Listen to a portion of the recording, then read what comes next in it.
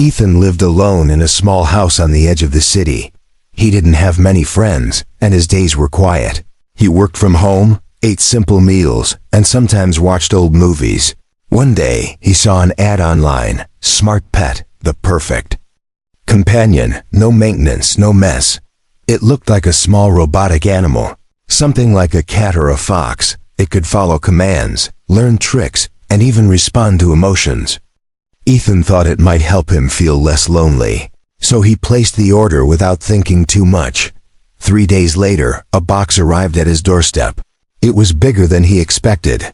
There was no logo, no brand name, just a long barcode on the side. He picked it up and felt a strange warmth coming from inside. That was odd. He took the box inside and placed it on the table.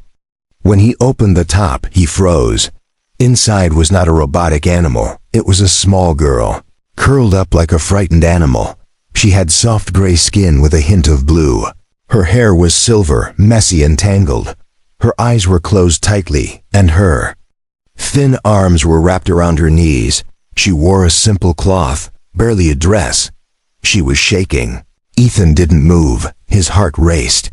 He looked around the box for instructions. A note, something, anything, but there was nothing. Only a tag tied around her wrist that said, Smart Companion, version 3. This wasn't a pet. This wasn't a toy. This was a living, breathing being. Ethan whispered, "Hey, can you hear?" "Me." The girl flinched, her eyes snapping open. They were large and glowing, a soft purple that shimmered in the light. She tried to move back, but there was nowhere to go. She looked terrified, like she thought he was going to hurt her. Ethan raised both hands slowly. "It's okay," he said gently. "I won't hurt you." She didn't understand the words, but something in his voice made her stop shaking for a moment. He walked to the kitchen and came back with a blanket. She flinched again as he placed it near her. He didn't touch her, just let the blanket stay within her reach. Then he backed away and sat down on the floor, watching her. After a few minutes, she reached out with trembling fingers and pulled the blanket over her shoulders. She looked at Ethan, confused, still scared, but curious. "Where did you come from?" Ethan asked softly. She said nothing. Her mouth didn't move. She just stared at him wide-eyed. Ethan didn't sleep that night. He stayed in the living room, watching over the girl. She didn't move much, but her eyes stayed open, always watching. He searched the internet, trying to find the company he bought the smart pet from. The website was gone. No contact number, no order history, just vanished. The more he thought about it, the more wrong it felt. This wasn't an accident. Someone had sent him this girl on purpose. But why? Was it a mistake or something worse? Ethan didn't know. All he knew was that she was here now alone, afraid and in need of care. The next morning, Ethan made breakfast and placed a small plate near her. Scrambled eggs, bread, and a glass of water. She didn't touch it for a while, just stared at it suspiciously. Then, when he wasn't looking, she took a bite of bread and quickly stuffed it into her mouth, like she thought it would be taken away. Ethan pretended not to notice. He didn't want to scare her. He just smiled and said, "You're safe here." For the first time, the alien girl blinked slowly. Something in her eyes changed, not trust but a tiny spark of curiosity. Ethan knew this was just the beginning. He had no idea who she was or where she came from. But one thing was clear. This girl wasn't a machine. She wasn't a product. She was a person. And now, she was his responsibility. Asterisk. The house felt different now. Ethan could feel it in the air. The silence was heavier. The alien girl didn't make a sound, but her presence filled the room. She sat in the corner, covered in the same blanket he had given her. Her big purple eyes followed Ethan wherever he moved. Not in fear now, but with quiet watchfulness, like she was trying to understand him. Ethan moved slowly, always careful. He didn't want to scare her again. He kept his voice soft when he spoke to her, even if she didn't answer, even if she didn't understand. He hoped his tone would show her that she was safe. He gave her food every morning, and she ate it silently, always waiting until he looked away. Once, He left a small bowl of cut fruit near her and walked out of the room. When he came back, the bowl was empty, but she sat exactly where he had left her, like a ghost. She still hadn't spoken, not even a single word. Ethan wondered if she could.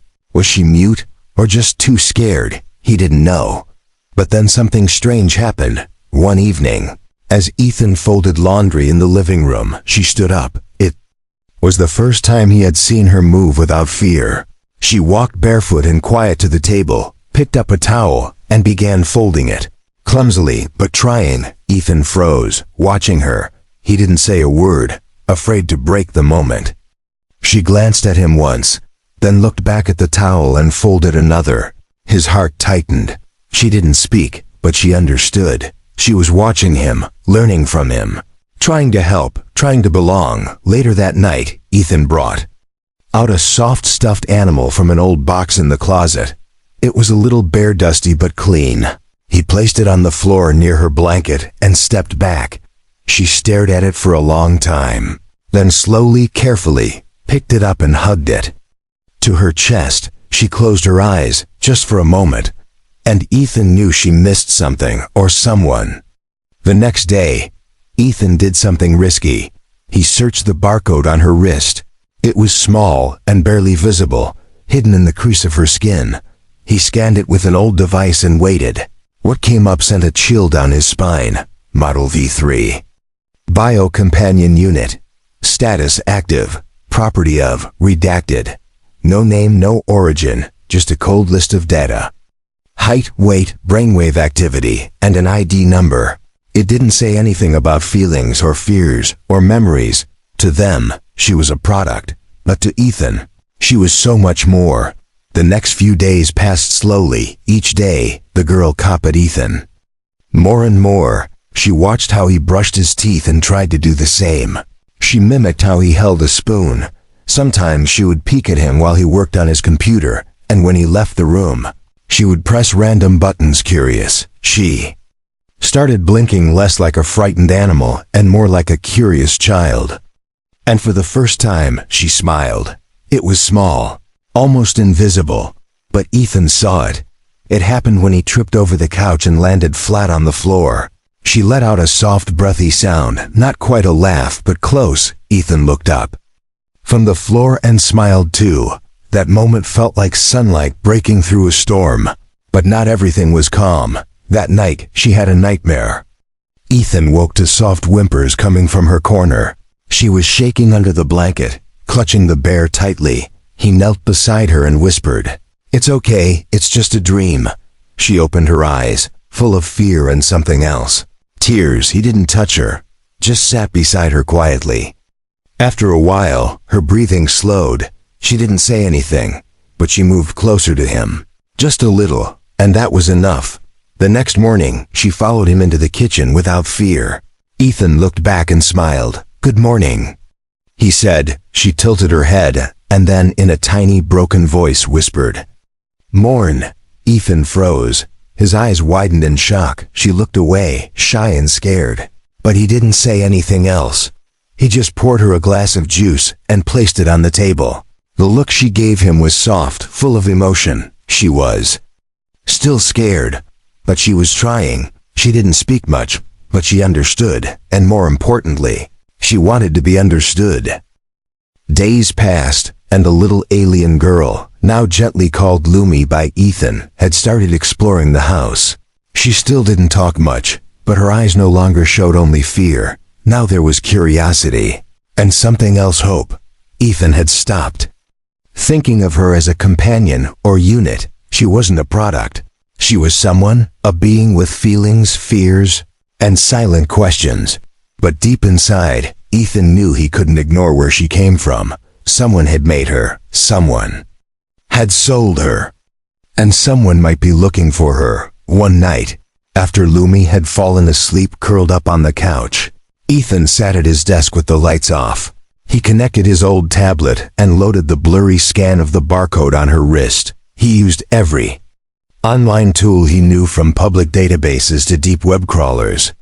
And finally, something responded. A dark screen blinked open. Text appeared, cold and clinical. Bio-Companion V3, Series B. Origin, Zentari Holdings, Black Level Entity, Sector 9. Purpose, Emotional Replication Training, Obedience. Learning, Status, Property of Client, ID, ZX9907. There was no name, no face, no record of kindness, just a chain of ownership. Ethan felt sick. They weren't just building these girls. They were programming them to obey, to serve, to copy affection like machines. He searched further, and what he found shook him even more. There were forums, hidden ones, where people bragged about owning pets that were alive. Pictures, messages, even sales listings. Some creatures were bought for entertainment, some for labor, and some for things Ethan couldn't bring himself to read, and among them, he saw it in image, low quality, but clear enough. It was Lumi. She was listed as barely used. Fully functioning, obedience level low, high emotion sensitivity. Ethan's fists clenched. His eyes stung. He stared at the photo of the same little girl, now asleep just a few feet away. Once a living being, now sold like a chair. He looked back at her. Lumi had wrapped herself in her blanket and was hugging the stuffed bear tightly. She looked peaceful, but only because she didn't know what the world had done to her, and what it might still do. The next morning, Ethan couldn't hide the worry on his face. Lumi noticed. She stood quietly in the doorway while he made tea, her head tilted slightly. "You okay?" she asked slowly, her voice soft and unsure. Ethan turned, surprised again by her speech. He smiled gently, forcing the pain behind his eyes to stay hidden. "Yeah," he said, "I'm okay." She stepped closer and placed a hand on the counter, copying how he stood. Her eyes met his. She didn't say anything more, but she knew. Somehow she knew something was wrong. Later that day, Ethan made a decision. He packed a small bag with essentials, just in case. He didn't know if they'd come for her, but he couldn't risk waiting. He also searched for anyone who might help. He remembered an old friend named Riley. Riley was a hacker, once part of an anti-corp resistance group before it fell apart. If anyone could trace Lumi's past or erase it, it was him. Ethan contacted Riley through an encrypted line. Riley didn't ask questions, he only said, "Bring her in the next 2 days, and don't use public transport." That was all Ethan needed to hear that night. Lumi sat near Ethan while he packed quietly. He explained things slowly, using simple words. "We have to go on a small trip," he said. "Someone is going to help us." Lumi didn't say anything at first, but then she tugged on his sleeve gently. "Bad people looking," she whispered. Ethan froze. She knew. He nodded slowly. "Yes," he said. "But I won't let them take you." She nodded too, not out of full understanding, but trust. She didn't need to know everything, she just needed to know he would protect her. As the sky turned dark, Ethan looked outside the window. He thought he saw a small flash like a distant red dot across the street. Was it just a reflection or a scanner? His heart pounded harder. He closed the blinds and turned off every light in the house. Lumi didn't ask questions. She grabbed her bear, walked over, and stood beside him, not shaking, not crying, just silent, like she was ready to run if he said the word. And in that moment, Ethan realized something. She wasn't just learning words, she was learning trust. Not just mimicking his habits, but following his heart. Whatever came next, Ethan knew he wasn't alone anymore. And neither was she. The world might have treated her like a thing, but to him, Lumi was a child worth protecting, and whoever had sold her, they had just made a very dangerous enemy. Asterisk. The next morning, the sky above the neighborhood was quiet. Too quiet. Ethan stood at the kitchen window, sipping his tea, but his eyes were sharp, alert. He hadn't slept properly in 2 nights. Every small noise outside felt like danger. Every flicker of light through the blinds made his heart beat faster. Lumi sat at the kitchen table, holding the bear in one hand. She didn't speak, but she watched him closely. She felt the tension. She always did. Ethan had told her they might have to leave soon. She didn't ask why. She simply nodded, as if she had already known. Then it happened. A faint high-pitched whirring sound in the sky. It was far away, but Ethan knew that sound too well. Drones. Not the delivery kind, not commercial, military grade, silent, fast, and always watching. Ethan froze. He looked up through the window and saw a dark shadow move across the clouds. It circled once, then disappeared. Just like that, it was gone.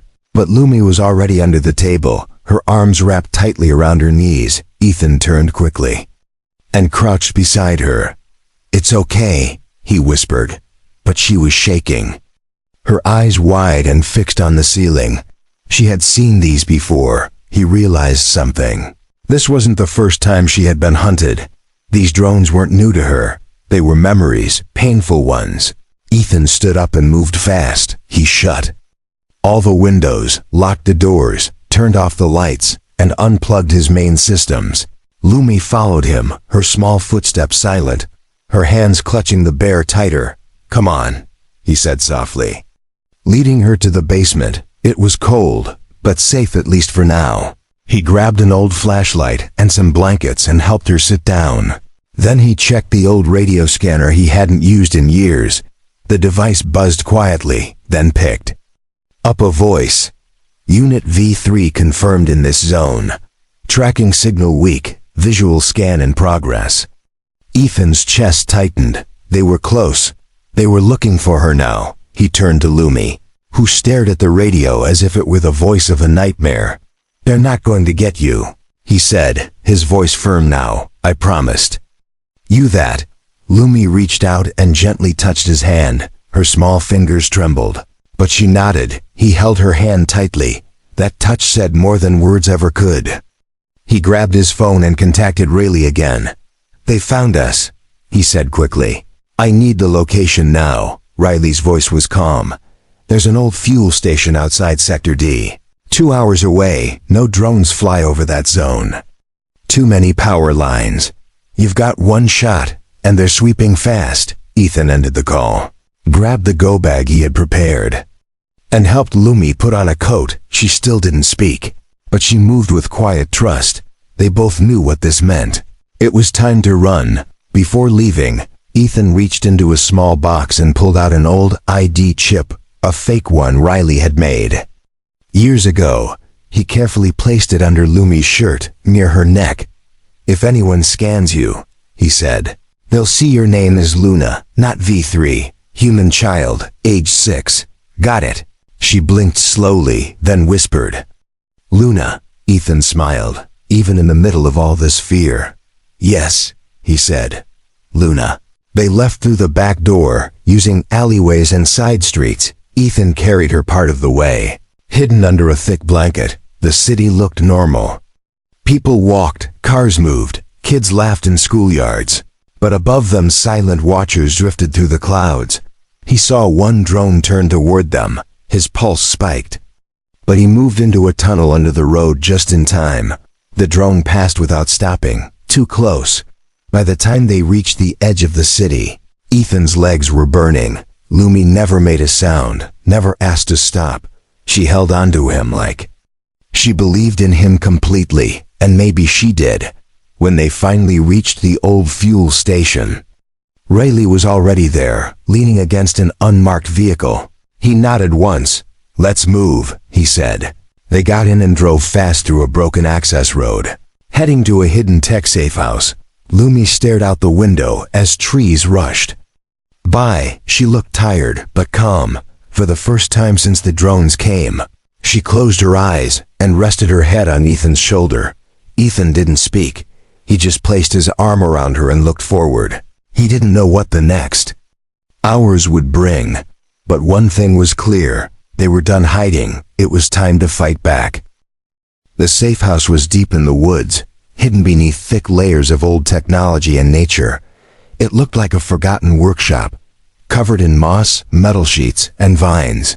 Riley parked the vehicle carefully, then tapped a code into a rusted panel. A hidden door opened with a soft hiss, revealing a dark tunnel lined with soft green lights. "This way," he said quickly.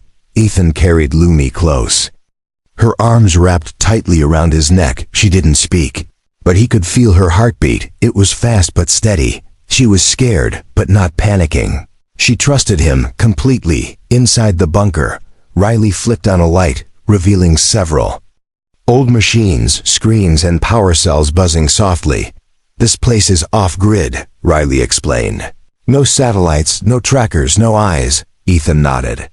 "This is where we fix her life," he said, "and maybe give her a real one." For the next 2 days, Riley worked non-stop. He connected scanners to Lumi's wrist, back, and neck. The original chip was still active, though weakening. "If we don't replace it," Riley warned, "they'll track her again." Ethan stayed with Lumi the whole time. Holding her hand, she never complained, not once. But she flinched when the machines beeped or when cold metal touched her skin. Each time, Ethan calmed her with a soft voice or a gentle hand. One night, as Riley took a break, Ethan and Lumi sat on an old couch. The lights were dim, and the room was warm. Lumi leaned her head on Ethan's shoulder, quietly humming something. It wasn't a song, just a soft, strange melody from her world. Ethan listened, smiling. It was the first time she shared something of herself. "You like it here?" he asked. She nodded. "Warm," she whispered.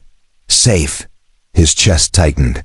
She was just a child lost, sold, hunted, and now finally beginning to feel human again. The next morning, Riley finally finished the new ID implant. "This chip can't be hacked," he said, "and it erases the old one completely. She's scanned as human now, named Luna Ellis, born on Earth. No records of origin, but it's dangerous to do the implant manually." Ethan looked at Lumi. She had heard everything. She stood up slowly, walked over to the table, and sat in the chair without a word. Her hands were shaking, but her eyes were strong. "I ready," she said softly. Ethan sat beside her and held her small hand. "You're the bravest soul I've ever met," he said. Lumi gave a tiny smile. The procedure took 10 minutes. It was painful, but Lumi didn't cry. Not once. She squeezed Ethan's hand tightly. Her jaw clenched, her body stiff, and when it was over, she took a deep breath and whispered, "Done." The scanner beeped. "Luna Ellis," it said. "Age, 6, status, civilian, registered, safe zone Delta." No more barcodes, no more tags. She was no longer a number. She had a name, a record, and a future. Later that evening, Riley sat with Ethan near the safe house entrance. "She's more than what they made her," Riley said. "She's learning faster than any model I've seen." "She's not a model," Ethan replied. "She's my daughter." Riley smiled and nodded. "I figured," he said. "And you're a lucky man." But peace didn't last. A red light blinked on the monitor. Riley stood up quickly and checked the scanner logs. Motion sensors picked up something far edge of the forest. "Could be a deer," Ethan said. "Or a scout drone," Riley replied. "They're silent, small, and they never come alone." Ethan's heart dropped. He looked toward the back room where Lumi was asleep. "We need to leave now." They grabbed bags, tools, and essential gear. Lumi woke up and saw the panic. She didn't ask questions. She just held Ethan's hand tightly. They exited through a hidden tunnel that led to an underground trail. It was damp, narrow, and full of roots, but it kept them out of sight. Ethan carried Lumi again while Riley led the way with a handheld scanner. The deeper they went, the quieter it became above them. Drones passed silently, missing them by meters. One paused above the safe house, then dropped the small device.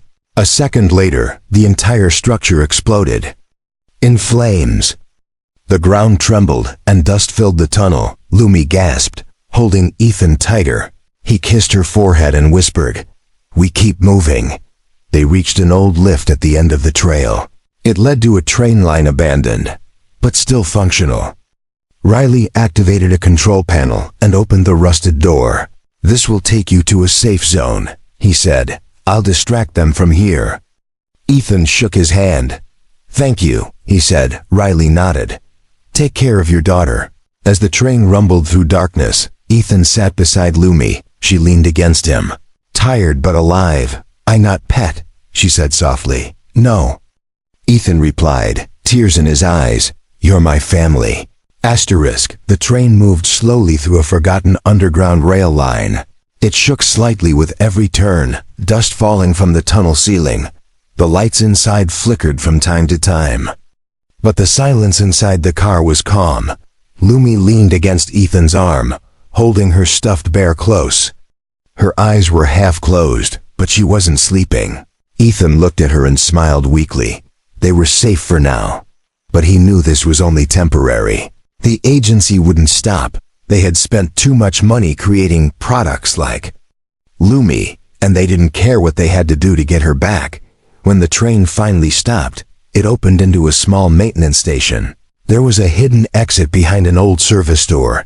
Ethan pushed it open, and cool air hit his face. They were outside the city, near the edge of the wilderness. It was quiet, peaceful, and green. In the distance stood a small building covered in vines, an old research hut that Riley had set up years ago. Ethan led Lumi there and checked every corner to be sure it was safe. Then they both sat near the window, watching the sun rise. It was the first real sunrise Lumi had ever seen without fear. She pointed at it and smiled. "Fire sky," she whispered. Ethan laughed softly. "Yeah," he said. "Fire sky." Later that day, Riley called on a secure line. "The agency knows," he said. "They know you took her, and they've traced the original chip you removed. They'll use that signal as proof, say you tampered with government property. They're sending agents, not drones this time." Ethan's jaw tightened. "How long do we have?" 2 days, maybe less." Riley said, "Unless you agree to surrender her." "No," Ethan replied without thinking. "I figured," Riley sighed. "But you need to hear this." He transferred a file of video. It was a recorded interview of a technician who once worked on the Bio-Companion project. The man looked shaken, tired, his voice was slow. "They told us these weren't real children," he said. "They told us they couldn't feel, couldn't think. But one day, one of them cried when we shut her in the dark. She cried for hours. They still erased her." Ethan clenched his fists. He knew that Lumi was more than a machine. She laughed, she feared, she loved. She was a living soul, and now someone wanted to erase her that night. As Lumi slept curled under a blanket, Ethan stared out the window. He thought about surrendering not because he wanted to, but because he was tired. Tired of running, hiding, watching her live in fear. Maybe if he gave her up, they'd take her back gently. Maybe they'd reprogram her, wipe her memories, but they'd destroy the very thing that made her Lumi. He turned and looked at her. She was breathing softly, her small hand resting on her bear's head.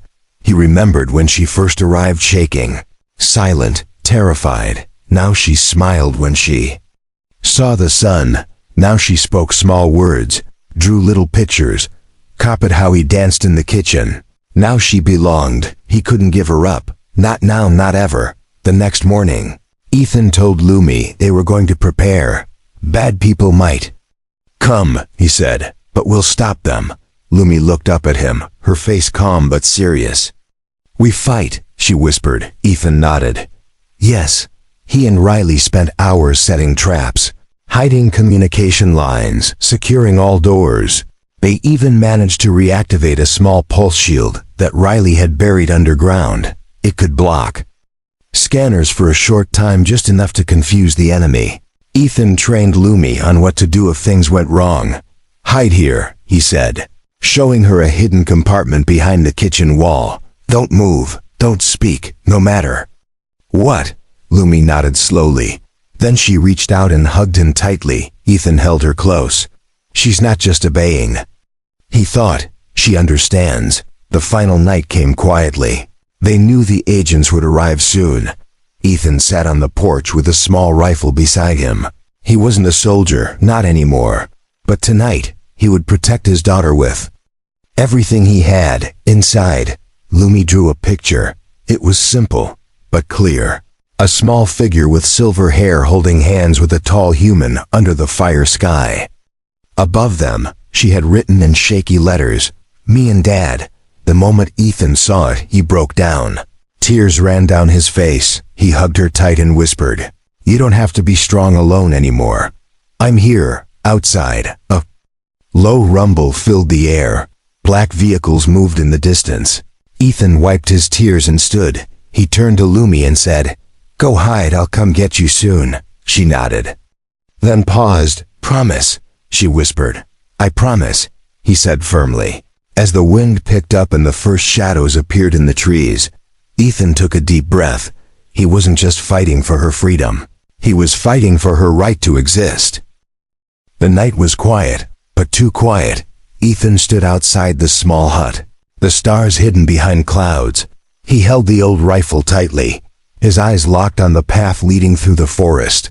He could feel it in his bones. They were close. He wasn't just protecting a shelter. He was guarding a life, a soul, a little girl who had finally started smiling. Inside, Lumi sat inside the hidden wall compartment, hugging her bear. She had followed Ethan's instructions exactly, but she wasn't just hiding. She was listening, waiting, hoping.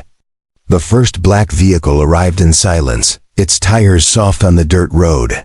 3 figures stepped out, dressed in gray suits with dark visors. They didn't knock, they didn't speak.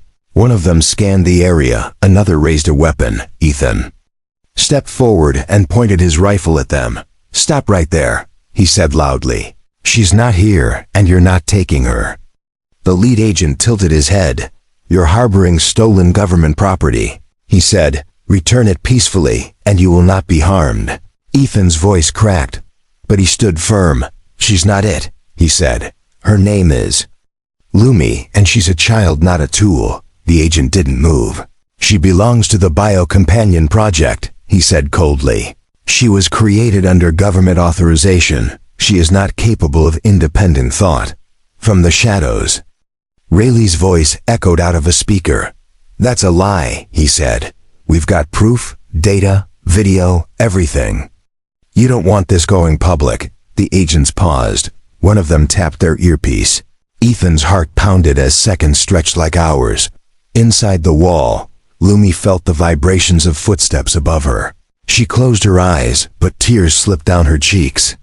She didn't want to be a secret anymore. She didn't want to be hidden. She wanted to live. The agent finally spoke again. "Final warning," he said. "Return the asset, or we take it by force." Ethan raised the rifle. "Then you'll have to go through me," he said. "And I won't make it easy." Just then, Lumi pushed the secret panel open from inside. She stepped out slowly, her bear in one hand, her small feet padding across the wooden floor. "Stop," she whispered, her voice shaking but clear. All heads turned. Ethan's eyes widened. "Lumi, no," he said, panicked. But she kept walking until she stood beside him. She looked up at the agents and spoke. "I'm not property," she said slowly. "I'm not pet. I'm girl." The agents stared at her. For a moment, even their weapons lowered slightly. Her voice, her eyes, her courage, it wasn't programming, it was human. Riley's speaker came on again. "This broadcast is being recorded and transmitted. If you harm that child, the whole world will see it." The lead agent took a step back. "This changes." "Nothing," he said, but his tone had changed, uncertain. "You can't stop us forever." Ethan knelt beside Lumi and held her hand. "She's not yours," he said. "She's my daughter, and she's not going anywhere." The agent stood in silence for a few more seconds. Then, without another word, they turned and walked back to the vehicle. As the engines roared to life and disappeared into the woods, Ethan fell to his knees, wrapping Lumi in his arms. She buried her face in his shoulder and cried softly. But it wasn't the cry of fear anymore. It was release a week later. The story broke across dozens of channels. Human man protects living alien girl from secret military program. The footage Riley captured spread fast. People around the world reacted, some with shock, others with support. Laws were questioned, projects shut down, and protests sparked across major cities. Ethan and Lumi were moved to a protected location. They were given new identities, but the world now knew their story. And more importantly, Lumi now had a voice, one that couldn't be silenced again. Months passed. Lumi began attending a small school with other children. She laughed more now. She drew pictures every day of stars, trees, and her favorite thing of all, family. She called Ethan Dad without hesitation now. And every time he heard it, his heart swelled. She wasn't a product. She wasn't a mistake. She was a miracle. And in the heart of one lonely human, she had found a home, not just walls and windows, but love, warmth, and protection. She had been delivered as a smart pet, but she became something far greater. A daughter, a fighter, a symbol, and to Ethan, she would always be the best thing he never expected, but was always meant to protect.